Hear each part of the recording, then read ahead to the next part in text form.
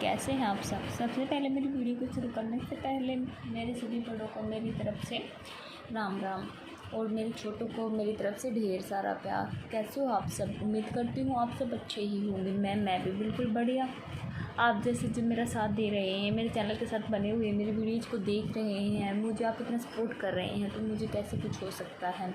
आपकी दया से मैं भी बिल्कुल बढ़िया ही रहती हूँ। चलिए, आज की वीडियो जो रहेगी हमारी एनालॉजी और सिमिलरिटी के रिगार्डिंग ही रहेगी। ठीक है, इस वीडियो में मैं आपको बताऊँगी एनालॉजी और सिमिलरिटी के बारे में। ठीक है, अभी तक भी मैंने एनालॉजी और सिमिलरिटी के बारे में बहुत सारी वीडियोस डाली, जिसमें मैंने रीजनिंग के बारे में ही आपको बहुत कुछ बताया है और समझाया है। यदि कोई डाउट्स रहा हो, कुछ समझ में ना आया हो, तो आप कमेंट करके पूछ सकते हैं। और यदि आप चैनल पर अभी तक नए हैं, मेरी वीडियो को आज पहली बार देख रहे हैं, अभी तक चैनल को सब्सक्राइब नहीं किया है, तो चैनल को सब्सक्राइब ज़रूर कर लें। और वीडियो अच्छी लगे तो वीडियो को लाइक करना ना भूलें, और एक आध मानस के बाद शेयर भी कर दें जिसको इसकी ज़रूरत हो। ठीक है, चलिए अब हम शुरू कर लेते हैं। यहाँ पर हमारा आज का टॉपिक जो रहेगा हमारा एनालॉजी एंड सिमिलरिटी।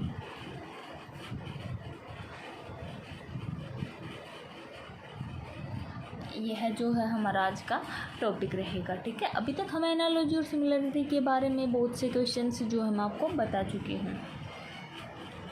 अभी तक मैं इसके 36 क्वेश्चंस जो है अपनी पहले वाली वीडियोज में आपको बता चुकी हूँ। आज हम बात करेंगे क्वेश्चन नंबर 77। ठीक है, तो यहाँ पर हमारे पास 77 क्वेश्चन जो है हमारा क्या कहता है, ग्लूकोमीटर,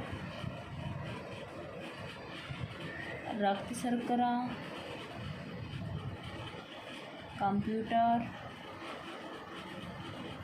और क्वेश्चन मार्क। ठीक है, अब हमें यहाँ पर अपनी क्वेश्चन में सिमिलरिटी को देखेंगे। हमारे पास यहाँ पर क्या सिमिलरिटी दी हुई है। ठीक है, उसी के हिसाब से हम अपने ऑप्शन में से देखेंगे कि हमारे क्वेश्चन में जो कौन सी सिमिलरिटी यहाँ पर फिट रहेगी। ठीक है, तो चलिए अब हम देख लेते हैं। हमारा यहाँ पर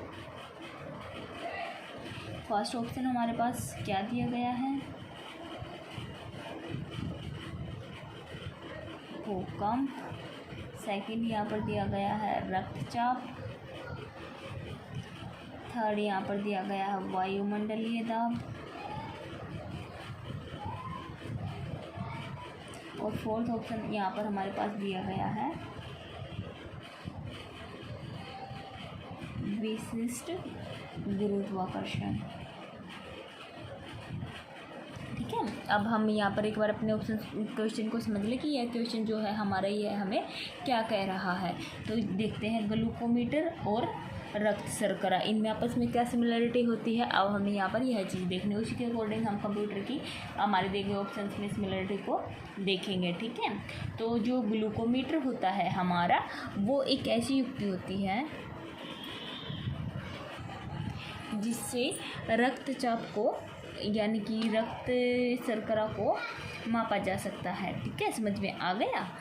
रक्त शर्करा को हम माप सकते हैं किसके द्वारा, ग्लूकोमीटर के द्वारा। उसी प्रकार से अब हमें देखना है कि जो हमारा कंप्यूटर होता है उसके द्वारा हम किस चीज़ को माप सकते हैं। जिस प्रकार से ग्लूकोमीटर द्वारा हम रक्तचाप को माप सकते हैं, उसी प्रकार से कंप्यूटर के द्वारा हम कौन सी चीज़ को माप सकते हैं। कंप्यूटर द्वारा तो इनमें से हम कोई चीज़ नहीं माप सकते, लेकिन एक बार देखते हैं क्या हमारे क्वेश्चन में ही कोई कमी तो नहीं रह गई। यहाँ पे ग्लूकोमीटर द्वारा रक्त शर्करा मापी जाती है, और अरे हाँ सॉरी, यहाँ पर कंप्यूटर नहीं आएगा, यहाँ पर आएगा अपना नाड़ी मापी। ठीक है, तो जिस प्रकार से ग्लूकोमीटर द्वारा हम रक्त शर्करा को माप सकते हैं, उसी प्रकार से नाड़ी मापी से क्या मापा जाता है, हमारा रक्त मापा जाता है। ठीक है, रक्त शर्करा को ग्लूकोमीटर द्वारा मापते हैं और नाड़ी चापी से हम क्या मापते हैं, रक्तचाप मापते हैं। तो यहाँ पर हमारा राइट आंसर क्या रहेगा, रक्तचाप। ठीक है, और first is wrong, second is right, third is wrong, fourth is wrong answer. ठीक है, चलिए अब यहाँ पर हम अपने क्वेश्चन की इम्पोर्टेंस के बारे में बात कर लेते हैं एक बारी कि यह हमारा क्वेश्चन जो है वो इम्पोर्टेंट क्यों है।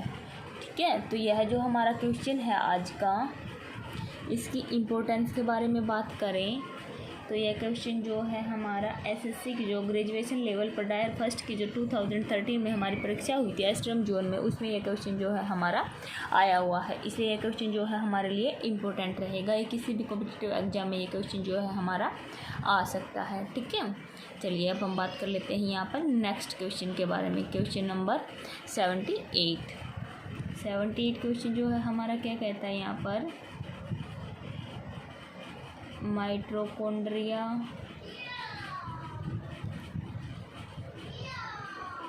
ऊर्जा, डीएनए और क्वेश्चन मार्क। ठीक है, चलिए एक बार हम यहाँ पर अपने ऑप्शंस को देख लेते हैं कि हमारे यहाँ पर ऑप्शन हमारे पास क्या दिए गए हैं। तो फर्स्ट ऑप्शन हमारे पास यहाँ पर क्या दिया गया है, वंशानुगत प्रजनन, गति और प्रतिरक्षा। ठीक है, यहाँ पर हमारे पास ये 4 ऑप्शन जो है दिए गए हैं। अब हम यहाँ पर सबसे पहले अपने क्वेश्चन में जो है सिमिलरिटी को देख लेते हैं कि हमारा क्वेश्चन यहाँ पर आखिरकार कहना क्या जा रहा है। तो जो माइक्रोड्रोनिया और ऊर्जा होती है, इनमें आपस में क्या संबंध है, अब यहाँ पर हम यह चीज़ें देखेंगे। तो जो माइक्रोड्रोनिया होती है उसको जो कोशिका का ऊर्जा केंद्र होता है वो कहा जाता है माइक्रोन्ड्रिया को हम कोशिका का ऊर्जा केंद्र कहते हैं। उसी प्रकार से हम डीएनए को किसका वाहक कहेंगे, जिस प्रकार से माइक्रोन्ड्रिया ऊर्जा का वाहक होता है उसी प्रकार से डीएनए किस चीज़ का वाहक होता है, डीएनए जो हमारा होता है वंशानुक्रम का यानी कि वंशानुगत का जो होता है वाहक होता है। जिस प्रकार से इनमें सिमिलरिटी होती है उसी प्रकार से डीएनए को देखें तो वंशानुगत के साथ डीएनए की सिमिलरिटी रहेगी, क्योंकि डीएनए जो होता है वंशानुक्रम का वाहक है। ठीक है, तो हमारा राइट आंसर यहाँ पर क्या रहेगा, first, second is wrong, third is wrong, fourth is wrong. ठीक है, यहाँ पर हम अपने क्वेश्चन की इंपॉर्टेंस के बारे में भी बात कर लेते हैं एक बार। चलिए, यह क्वेश्चन जो है हमारा एसएससी के ग्रेजुएशन लेवल पर जो हमारे 2013 में एस्ट्रीम जोन में जो हमारी परीक्षा हुई थी उसमें ये क्वेश्चन जो है हमारा आया हुआ है, इसलिए ये क्वेश्चन जो है हमारे लिए इम्पोर्टेंट रहेगा। ठीक है, चलिए अब हम बात कर लेते हैं हमारे आज के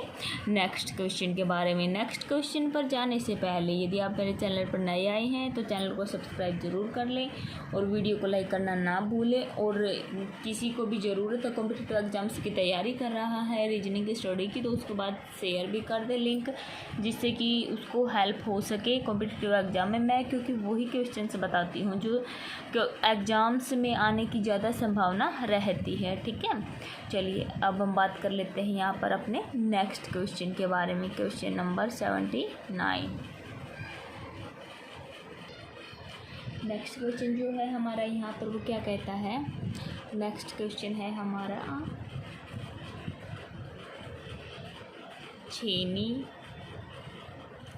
मूर्तिकार,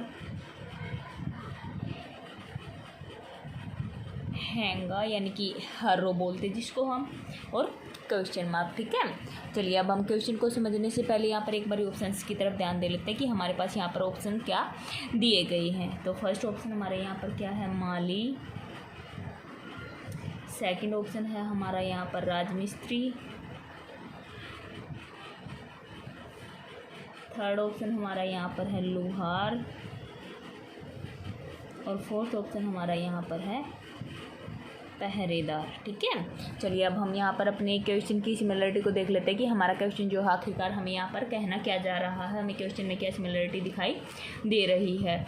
तो छेनी और मूर्तिकार, यहाँ पर आपस में क्या सिमिलरिटी है, यहाँ पर औजार कामगार का संबंध दर्शाया गया है, क्योंकि छेनी जो होती है मूर्तिकार का औजार होता है। उसी प्रकार से हैरो यानी कि हैंगा जो है किसका औजार होता है, माली का औजार होता है। माली उसका उपयोग करता है, उसी से फसल को बांटता है, बोता है। ठीक है, तो हैरो जो होगी हमारा माली का औजार होगी। जिस प्रकार से छेनी मूर्तिकार का औजार होती है उसी प्रकार से हैरो जो होती है माली का औजार होती है। ठीक है, तो माली यहाँ पर हमारे पास ऑप्शंस दिया गया है, तो माली इज राइट आंसर, राजमिस्त्री इज रॉन्ग, लोहार इज रॉन्ग, पहरेदार इज रॉन्ग आंसर। ठीक है, समझ गए। यदि कुछ समझ में ना आया हो, कुछ डाउट हो तो आप कमेंट करके पूछ सकते हैं, या मैंने डिस्क्रिप्शन में आपको लिंक दे रखा है, उस पर आप मेरे से पूछ सकते हैं मेल करके, मैं उसका रिप्लाई आपको ज़रूर करूँगी। ठीक है, चलिए अब हम यहाँ पर अपने क्वेश्चन की इंपॉर्टेंस के बारे में बात कर लेते हैं।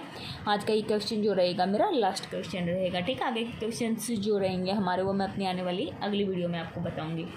तो यह क्वेश्चन जो है हमारा एसएससी के ग्रेजुएशन लेवल पर जो टायर फर्स्ट की 2013 में हमारी परीक्षा हुई थी उसके एस्ट्रम जोन में यह क्वेश्चन जो है हमारा आया हुआ है। ठीक है, तो ये कॉम्पिटिटिव एग्ज़ाम्स की तौर पर यह क्वेश्चन जो है हमारा इम्पोर्टेंट रहेगा और इसको हमें तैयारी में रखना चाहिए ताकि कॉम्पिटिटिव एग्ज़ाम जो होता है उसको हम कैच कर पाएँ और ईजिली उसको हम उसमें सफल हो पाए। ठीक है, चलिए अब हम आज की वीडियो को यहीं पर समाप्त करते हैं और इंतज़ार कीजिए आप मेरी अगली वीडियो का। उसमें भी मैं आपको इंपॉर्टेंट क्वेश्चंस ही बताऊंगी जैसे अभी तक की वीडियोज में मैंने आपको बताए हैं। और मैं आपका धन्यवाद करती हूँ अभी तक मेरी सारी वीडियोज पूरा देखने के लिए और मेरे चैनल के साथ बने रहने के लिए। और उम्मीद करूँगी आप आगे भी अभी तक जैसे आपने मेरे को सपोर्ट किया है आगे भी आप मुझे ऐसे ही सपोर्ट करते रहेंगे। इसके लिए मैं आपकी तहे दिल से धन्यवाद करती हूँ। चलिए मिलते हैं अब अपनी अगली वीडियो में।